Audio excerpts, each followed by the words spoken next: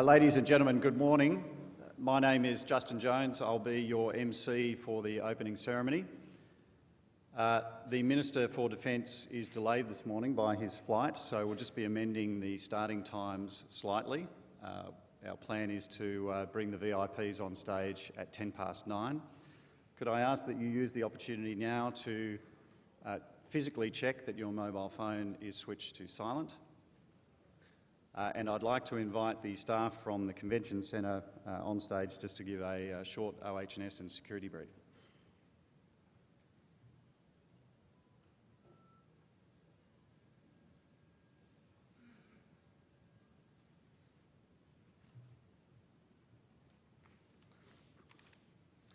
Ladies and gentlemen, good morning.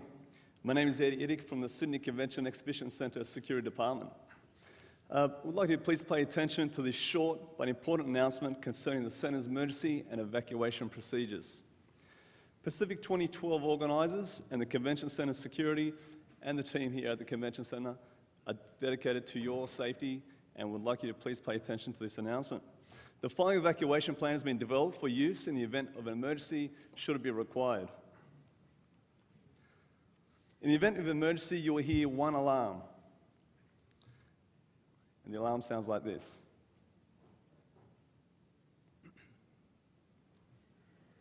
Stand by.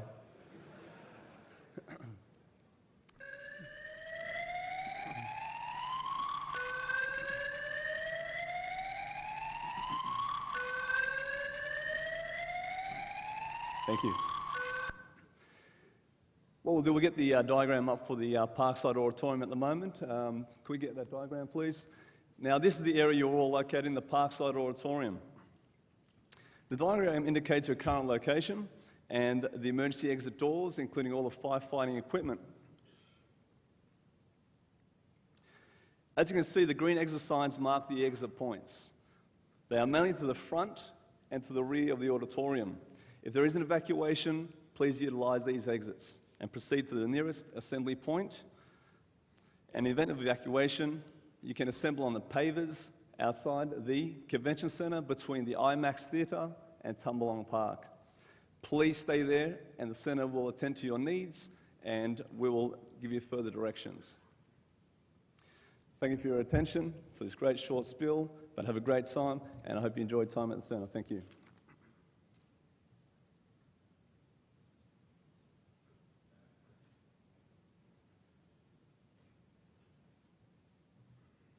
Thanks for your attention. Please relax in place while we await the arrival of the official party.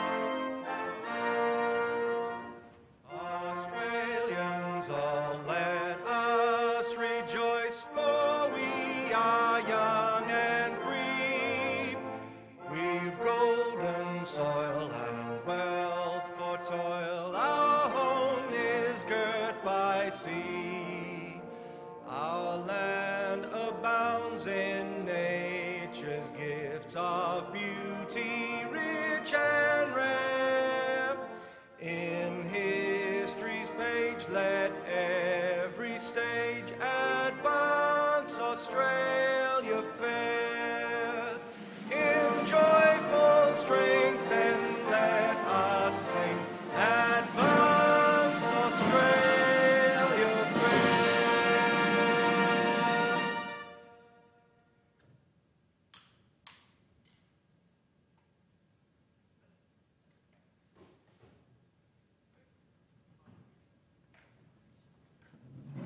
Ladies and gentlemen, please be seated.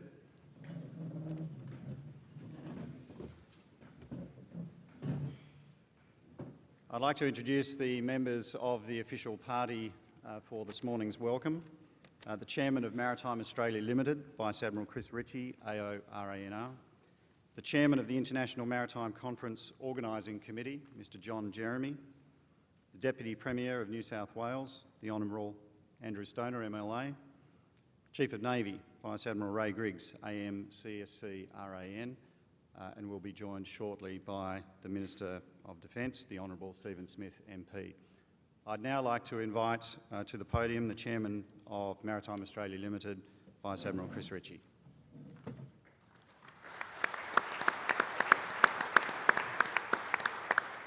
Thank you, Justin. Well, it's great to see so many people here. I don't know that I've ever seen this room full at a Pacific, but it is today. Our Minister, who will be with us shortly, Deputy Premier, Chief of Navy, Chiefs of Navy from around the world, distinguished guests, ladies and gentlemen. On behalf of Maritime Australia Limited, welcome to the Pacific 2012 International Maritime Exposition and Congress. We have a number of speakers this morning, so I won't say very much, but I do need to say a few words about Pacific from the operator's point of view, that is, from Maritime Australia's point of view. This is the 7th in the Pacific series, and we believe that we can confidently say that Pacific has now built a reputation as the essential forum for the commercial maritime and naval defence industries in Australia and the Asia Pacific. We back up that claim with the fact that this year's event has overtaken Pacific 2010's record 406 exhibitor participants. This year we've just topped it with 411 participating companies taking part in the exposition. And we're tracking to exceed the record from 2010 of 12,800 visitors, with trade visitors and conference delegates coming here to Darling Harbour from over 40 countries around the world. Maritime Australia is not alone in this, nor has it ever been. We gratefully acknowledge the ongoing support of those who help us achieve these sorts of figures. The Department of Defence, through the Royal Australian Navy, Defence Material Organisation, the Defence Scientific and Technological Organisation, and the Department of Innovation, Industry, Science, Research and Tertiary Education, the New South Wales Government, and our many faithful and long-standing corporate sponsors. The backbone of this week is the Exposition, the RAN Sea Power Conference and the International Maritime Conference. But we also have a program of an additional 14 specialist supporting conferences, forum, seminars, workshops for industry professionals covering maritime logistics, unmanned systems, sustainable maritime fuels, amphibious warfare, platform sustainment, maritime emergencies, and the sea and the environment. I could almost not think of anything we could add to that. So there should be plenty there to interest everybody who's here. Why do we do all this? Maritime Australia is a not-for-profit organisation which has as a mission the promotion of the development of the national industrial, manufacturing and IT capabilities which underpin the maritime sector and our national defence. At this time in our history, I strongly believe, that it's extremely important that we emphasise the capability of the maritime industry in this country. We're in danger of losing it if we do not. Through events like Pacific 2012, Maritime Australia Limited provides a forum for the exchange of ideas and a platform for commercial engagement and business networking. Those outcomes are not achieved, as I said before, by us alone. We welcome our colleagues, our associates, our friends and our partners from around the world. A sincere thank you for being with us. Welcome once again to Pacific 2012. It's now my great pleasure to hand over to Mr. John Germany, the Chairman of the Organising Committee of the International Maritime Conference. Thank you.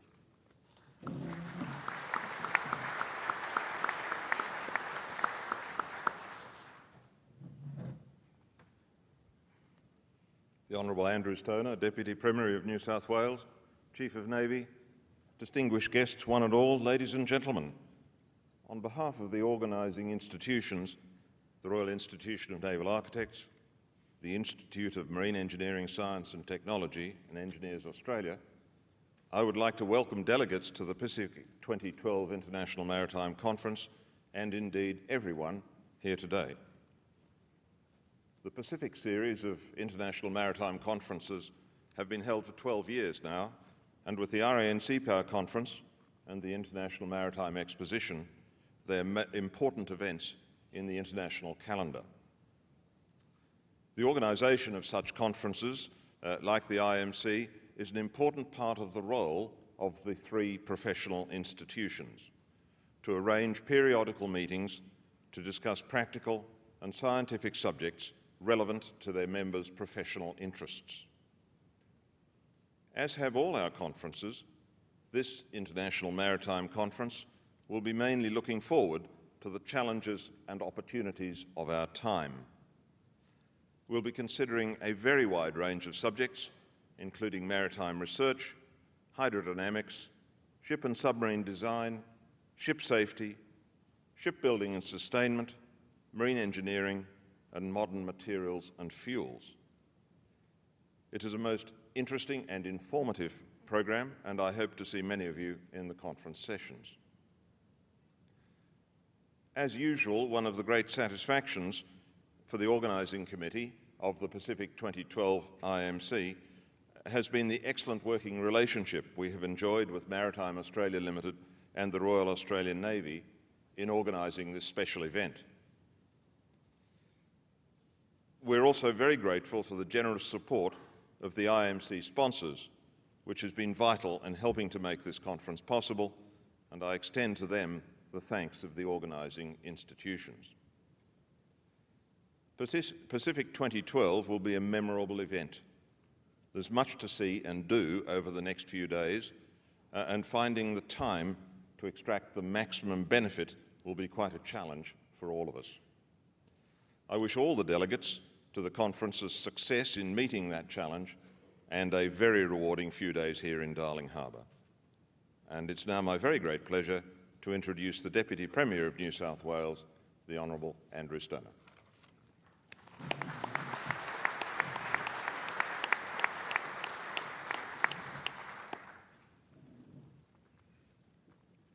Distinguished guests, including Vice Admiral Ray Griggs, Chief of the Royal Australian Navy, my colleague Tim Owen, the member for Newcastle, visiting heads of navies from overseas, distinguished international and interstate visitors, ladies and gentlemen. As Deputy Premier of New South Wales and the Minister for Trade and Investment, it's a real honour to welcome you to Sydney for the Pacific 2012 International Maritime Exhibition.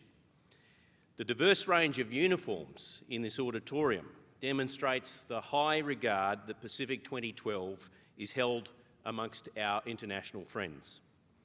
The New South Wales Government is committed to growing this state's defence and maritime industry and building upon the significant capabilities that already reside here in New South Wales. We were delighted to recently announce that the former Chief of Army and Vice Chief of the Defence Force, Lieutenant General Ken Gillespie, will be working closely with the New South Wales Government to target new commercial opportunities for this state. Ken Gillespie, I know, is held in the highest regard among the defence community, and we look forward to achieving some great outcomes together this year. I'm also happy to inform you that at the welcome breakfast this morning, I announced that Thales Australia has committed to establishing a new headquarters here in Sydney. Supported by my department, New South Wales Trade and Investment, this commitment will see $10 million invested and some 500 jobs supported. While the company's significant maritime operations will continue at Garden Island, a new headquarters site has become an imperative. In this vein, I would urge other companies that may be considering expanding their business operations in Australia to look no further than New South Wales. The New South Wales Government strongly supports the ongoing presence of military bases and defence platforms in this state. Our submission to the Force Posture Review reinforced our strong desire for the AWDs and LHDs to be based at Garden Island. Sydney makes excellent business and strategic sense given the existing infrastructure, workforce and industrial capabilities resident in and around this great city. Garden Island remains a vital strategic facility for ship repair, maintenance and sustainment. And during your time here at Pacific 2012, I encourage you to visit the many New South Wales-based companies that are exhibiting on the trade floor. They offer a comprehensive range of capabilities to support your business and your operations. I encourage you all to take the time to visit the New South Wales stand in Hall 6 and find out how the New South Wales Government can also help your business prosper. We recognise the relative strengths of our local defence and maritime industries, but we're also conscious of the need to do more. Our state needs to further leverage its strong base in R&D to seize and maintain the initiative in areas such as robotics, engineering, ICT, electronics, surveillance and security. We understand the need to work hard to ensure the defence and maritime companies establish and expand their activities in New South Wales, and we're keen to engage with you to achieve this outcome. Can I just congratulate Ian Honorey and his team on their efforts in putting on another world-class event. I'd like to once again extend to you a very warm, and that's the operative word today, if anyone's been outside for a walk this morning, a warm welcome to our beautiful harbour city of Sydney. I wish you all the very best success at the Pacific 2012 International Maritime Exposition.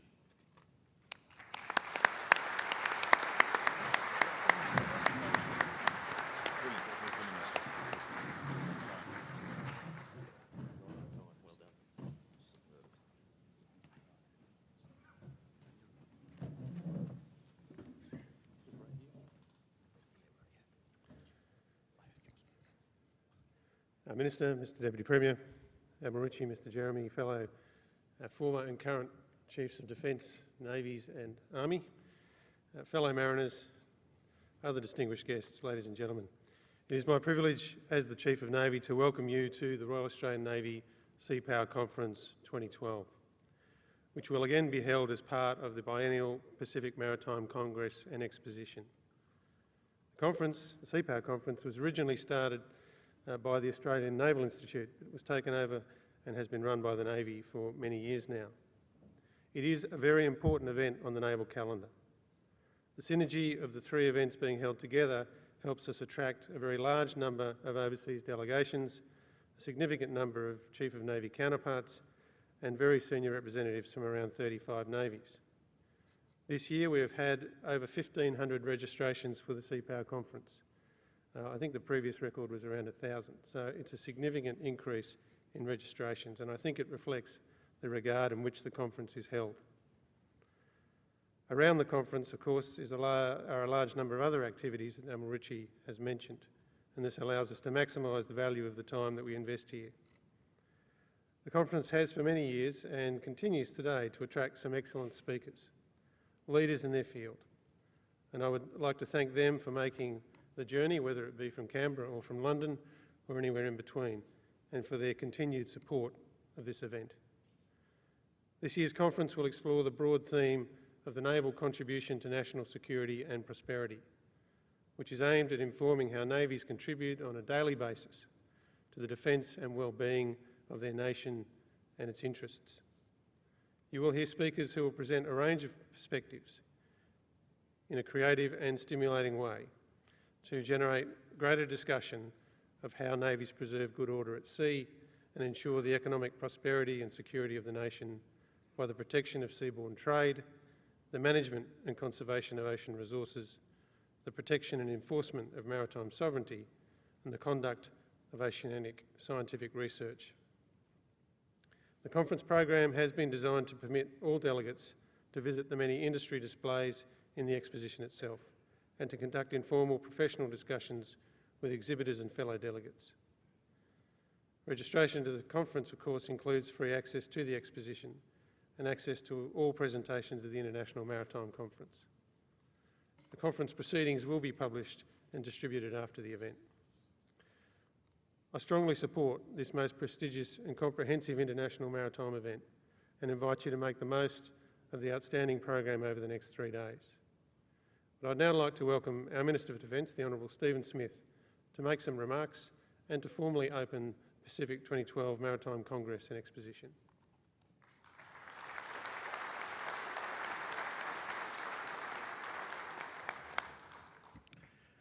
Well, thanks very much, Ray, to you as the Chief of Navy. Can I also acknowledge Vice Admiral Chris Ritchie, Chairman of Maritime Australia Limited. Can I acknowledge my state parliamentary colleague, the Deputy Premier, Andrew Stoner, and the Chair of the International Maritime Conference Organising Committee, John Jeremy. Can I also acknowledge other visiting Chiefs of Navy, the Chief of Army is also here, other retired service chiefs, distinguished guests, ladies and gentlemen.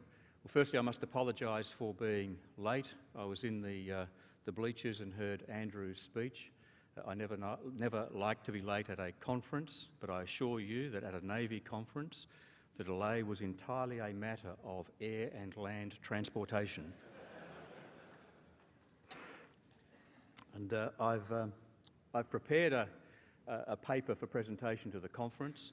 It's a very lengthy paper, and I'm not proposing to read that to you. That would be unconscionable and close to torture. But I'll take you through the structure of the conference and then of the paper and then read parts of it. It'll be made available to you. I wouldn't describe it as compulsory reading, but there is one piece of compulsory reading for Navy which I'll draw attention to in the course of my remarks.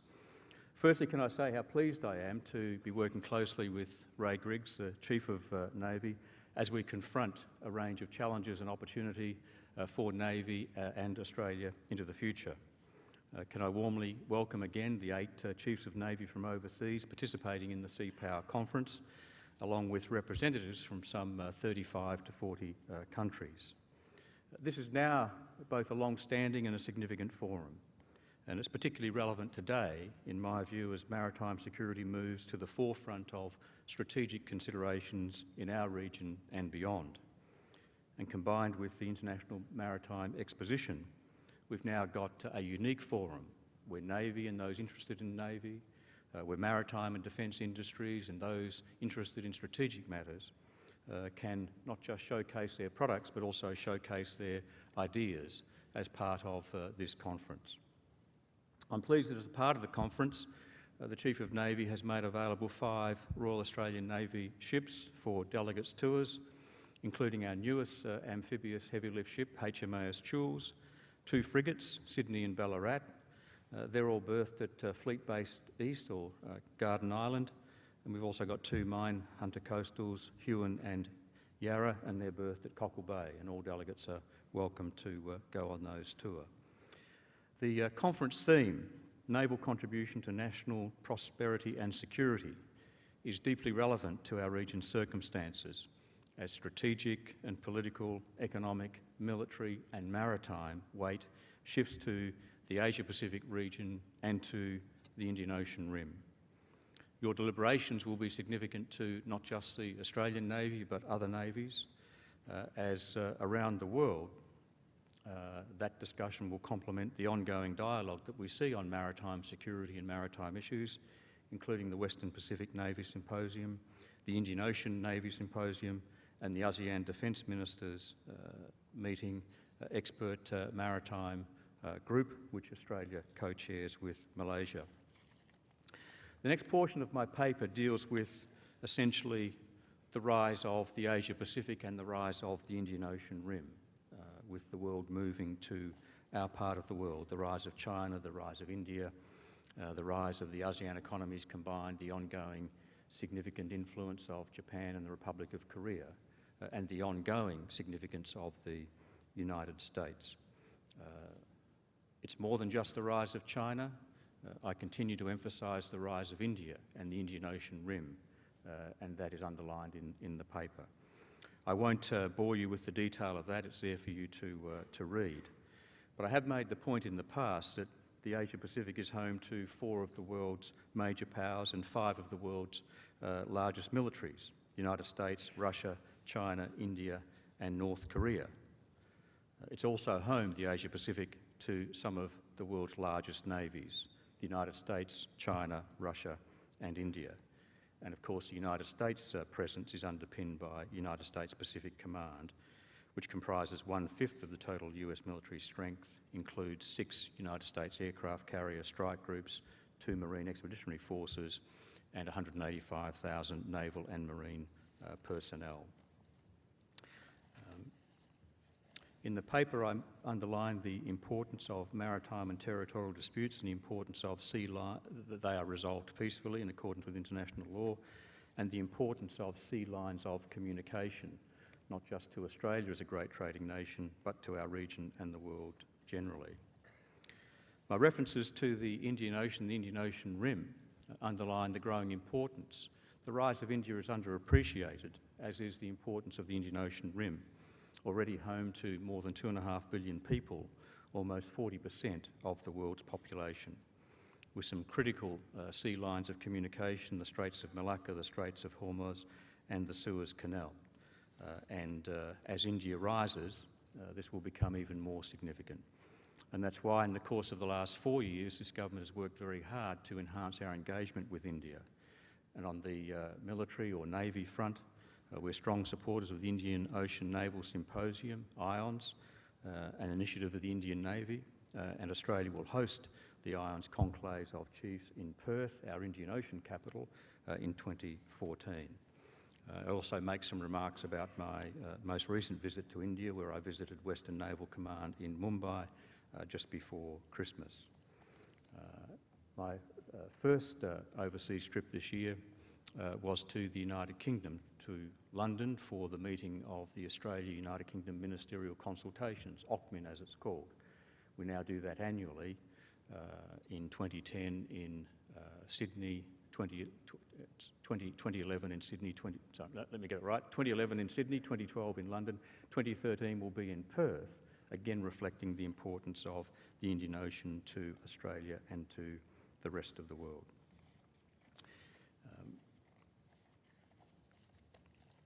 The rest of my paper deals with the importance of Navy and some of the challenges that Navy faces. This is, in my view, an historic time for the Royal Australian Navy. In the coming years, we will see Australia's Navy reach a level of capability never previously contemplated. A strong, capable and versatile Navy able to undertake the full spectrum of operations is a key element of any maritime nation's strategic planning. The 2009 Defence White Paper included a significant focus on enhancing our maritime capabilities for the 21st century. Australia's amphibious capability recently received a major boost with the commissioning last month of HMAS Choules, named after former Chief Petty Officer Claude Choules. Choules weighs 16,000 tonnes and its cargo capacity has the equivalent of the Manoora, Kanimbla and Tobruk combined. Its flight deck has room for 2 helicopters and can also carry around 150 light trucks and 350 troops. Later this year, the hull of the first landing helicopter dock, the LHD, will arrive in Melbourne. The LHDs will be the largest ships Navy has ever had. Each ship is capable of carrying a combined armed battle group of more than 1,100 personnel, 100 armoured vehicles and 12 helicopters, as well as a 40-bed hospital. The introduction into service of these 2 ships, the LHDs, will mark a significant change in the way in which the Australian Defence Force, the ADF, deploys its land forces and conducts amphibious operations. So the combined capacity of Choules and the two LHDs will transform our maritime capability. The conduct of amphibious operations will be further strengthened through the implementation of Plan Beersheba, a major restructure of the Australian Army announced in December by me and the Chief of Army, who's here today. Plan Beersheba will ensure that Army is able to respond effectively to future challenges, including humanitarian assistance and disaster relief and other operations.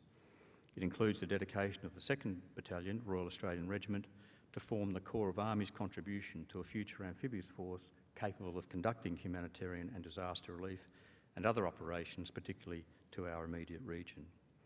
Army is working closely with the Navy to enhance amphibious interoperability, in particular in operations with the LHD, HMAS Choules and other amphibious platforms. The fact that the Chief of Army is here today at a Navy conference reflects that growing interoperability and the growing importance of the ship-to-shore capability and the amphibious capability we are embarking upon. In addition to that capability, the Air Warfare Destroyer project is the most complex naval ship construction program ever undertaken in Australia. When complete, the Air Warfare Destroyer will be one of the most capable types of warships of its size in the world. The 3 ships will provide advanced air defence against missiles and aircraft for self-protection, as well as for other ships and land forces and coastal areas. My paper also goes through the advantage of the purchase that we've recently announced of the Romeo Navy helicopters and the transformation of our Anzac frigates with an advanced anti-ship missile defence system. My paper also deals with our commitment for 12 new future submarines as part of our 2009 White Paper to be assembled in South Australia over the coming 3 decades. This project will be the largest and most complex defence project ever undertaken by Australia. Indeed, it'll be the largest, single biggest project undertaken by the Commonwealth in any category. The project is a major national undertaking and is of a scale, complexity and duration never before experienced within defence. Options for a future submarine range from a fully proven military off-the-shelf design through to a completely new submarine. All options are being considered, other than nuclear propulsion, which the government has ruled out. And I've made the point over the recent period that we are engaging in an exhaustive consideration of all of these matters before embarking on the project. I expect in the course of the first quarter of this year, I'll take the first of a number of submissions to my Cabinet colleagues. I've also made the point, and this is enlivened by our experience with the maintenance and sustainment of the Collins-class submarines, that our experience on defence capability and procurement shows that 80% of our difficulties are caused in the first 20% of a project.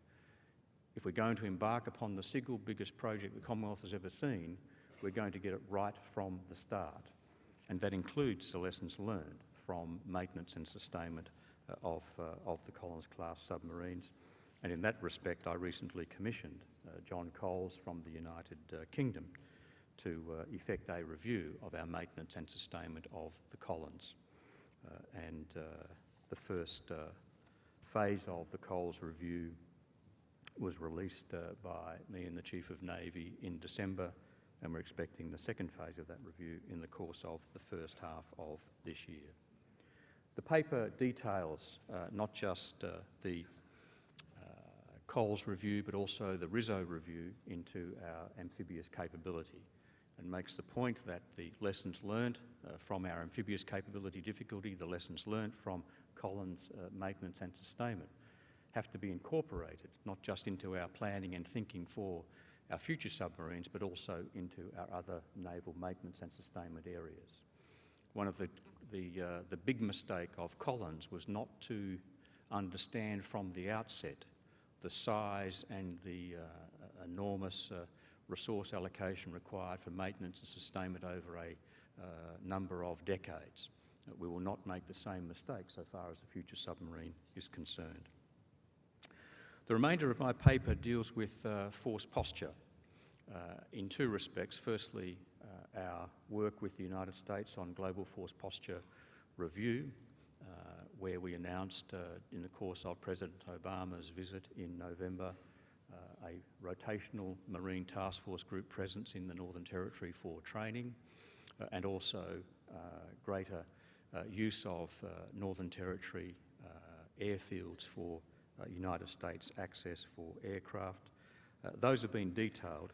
The relevance to the United States Force Posture Review so far as Navy is concerned, I think, is twofold. Firstly, the training and exercise with the United States Marines will be an important opportunity for both Army and Navy to build and refine its amphibious capabilities as the LHDs come online. Secondly, one of the areas of further joint work between Australia and the United States on the United States Global Force Posture Review is, in the future, increased access by the United States Navy of our Fleet Base West, or HMAS Sterling, our Indian Ocean fleet base, again reflecting the rise of the importance of the Indian Ocean and the Indian Ocean Rim.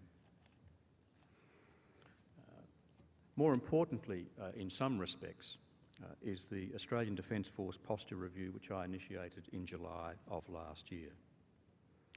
It is essential that the Australian Defence Force is correctly geographically positioned to meet future security and strategic challenges. That's why I announced the Force Posture Review last year. The review is addressing the range of present and emerging global, regional and national security and strategic factors which require careful consideration for the future.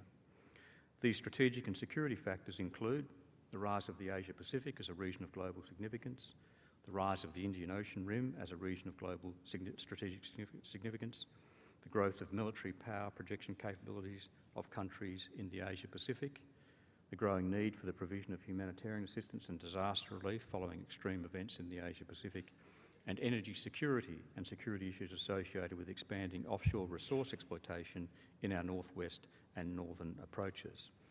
That point, I think, is best reflected by the fact that a Defence Force Posture Progress Report, which I released yesterday, was on the front page of only one paper today. That's not said by way of complaint or criticism, it's just said by way of observation.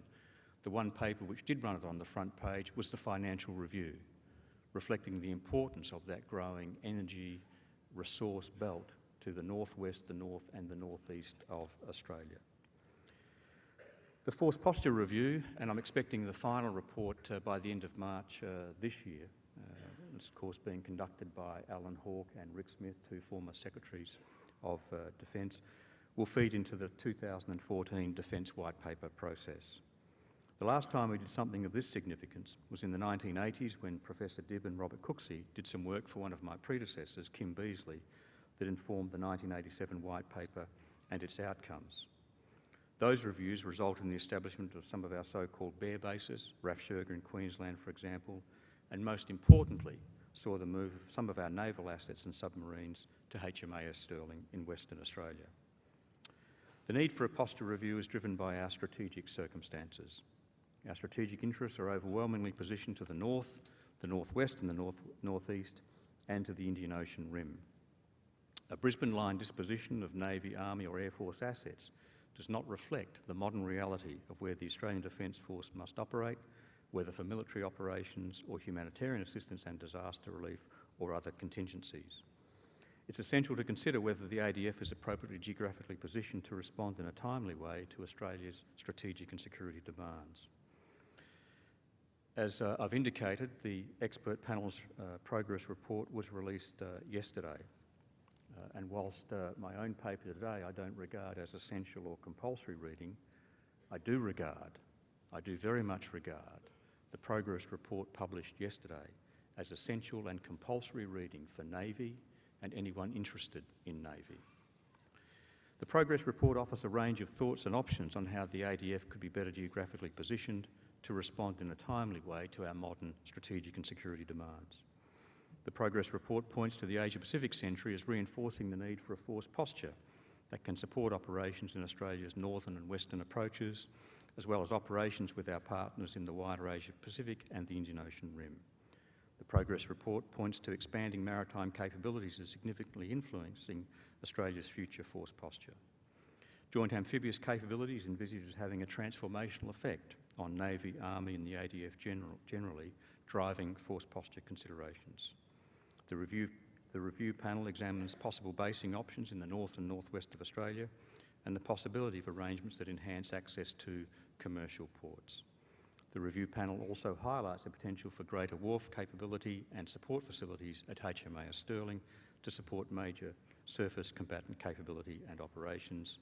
And the review panel also lists as a possibility the establishment of a second Eastern Coast Navy base and suggests the possibility of Brisbane.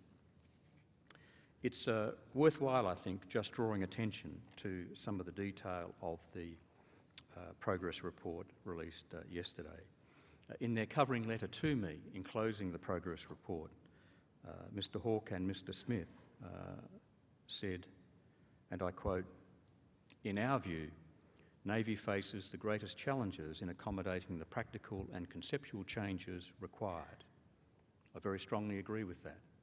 Navy does face the greatest challenges, followed by Air Force and then by Army. And the review's expert panel is right.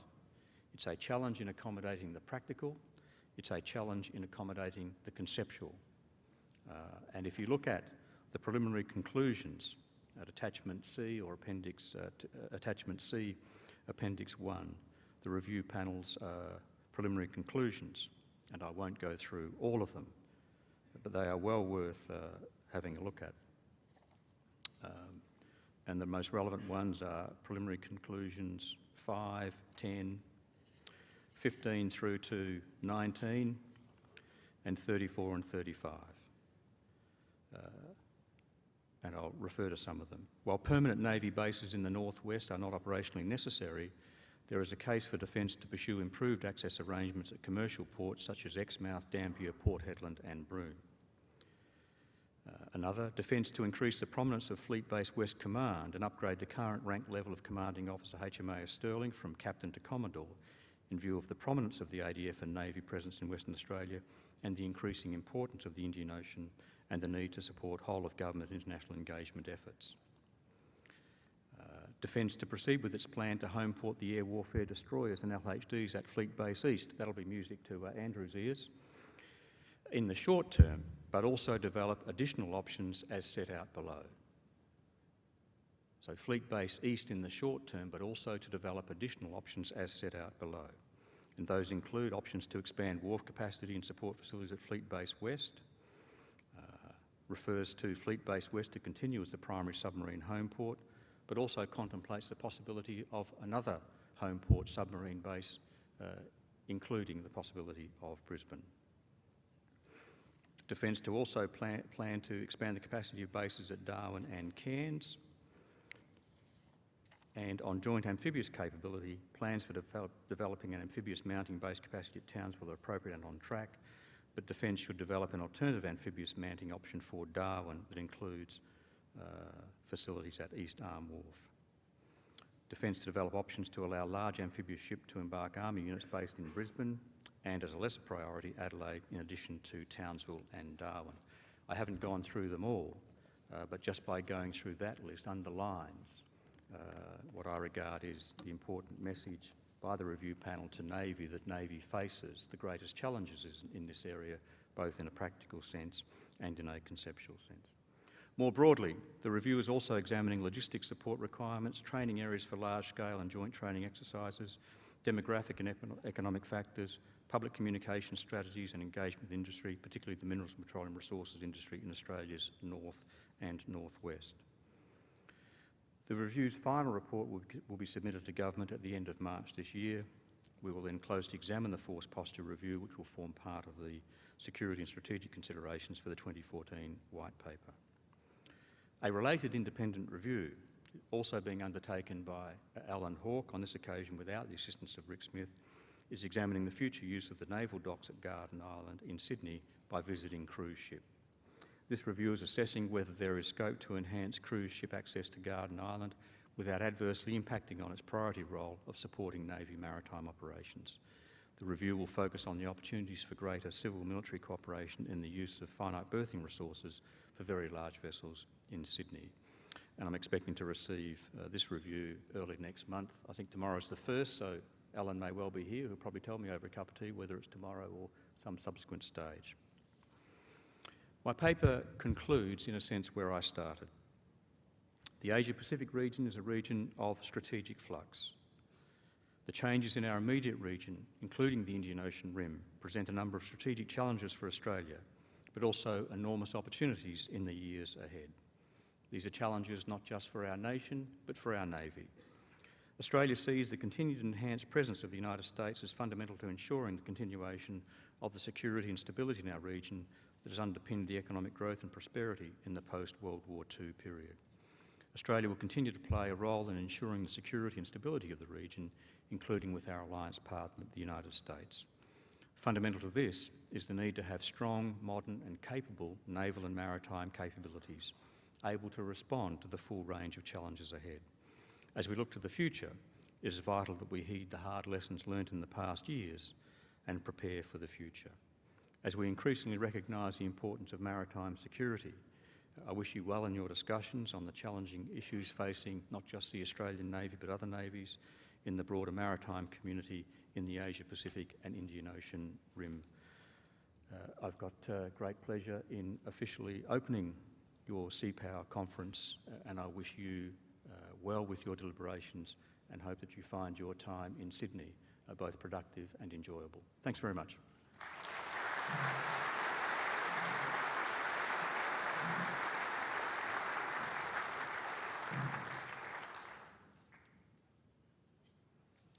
Ladies and gentlemen, that completes the opening ceremony. I'd ask that you please remain seated for the departure of the official party and allow the VIPs in the front seating also free access to depart on the ground floor. You now have some time to view the various exhibitors in the exhibition halls adjoining. Morning tea will be served in the exhibition halls at 10:30 and we look forward to seeing you back here at 11 o'clock for the first session, which comprises the keynote speakers. Thank you very much.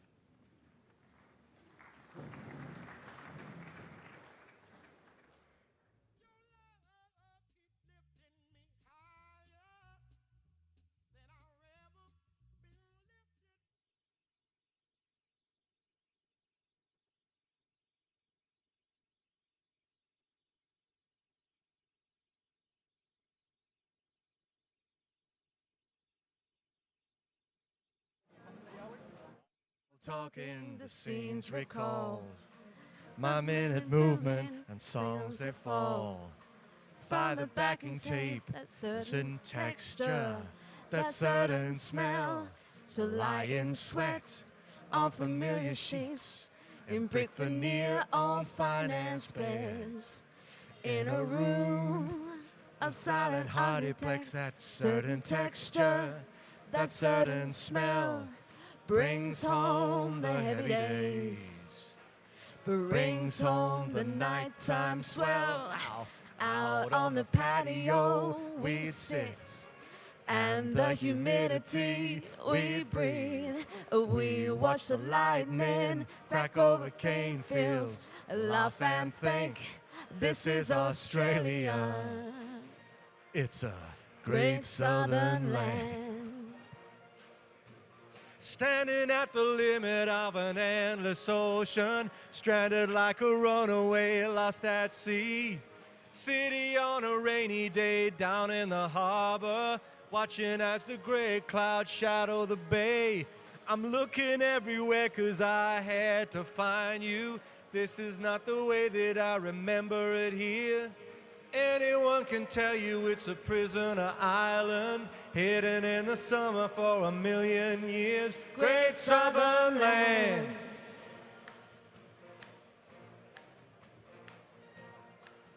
Great southern land.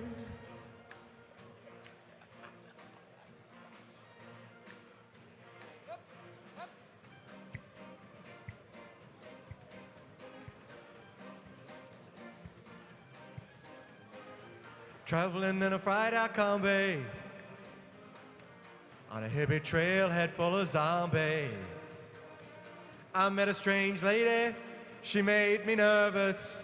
She took me in and made me breakfast. She said, do you come from a land down under? Women go and men plunder. Can you hear the thunder? You better run, you better take cover.